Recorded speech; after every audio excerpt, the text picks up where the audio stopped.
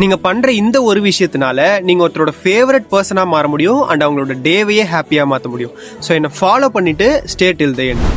நான் ரெகுலரா போற டீ ஷாப்க்கு நேற்று மார்னிங்கும் போயிட்டு ஒரு டீயை என்ஜாய் பண்ணிட்டு ரிட்டர்ன் வரும்போது அந்த டீ மாஸ்டர் அண்ணாட்ட ஆனா அவங்க டீ எப்பவும் போல இன்னைக்கு சூப்பர் அண்ணா அப்படின்னு சொல்லிட்டு வந்தேன்.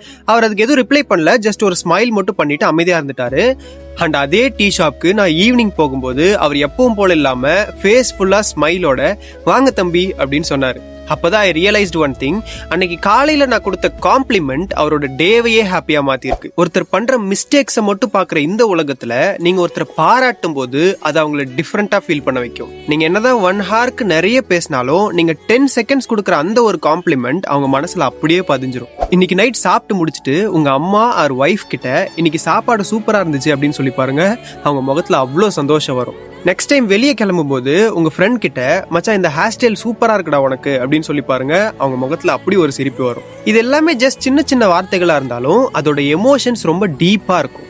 ஸோ ஒருத்தரோட மூடை நீங்க இன்ஸ்டன்டா ஹாப்பியா மாத்தணும்னு நினைச்சீங்கன்னா இந்த ட்ரிக்கை ட்ரை பண்ணி பாருங்க.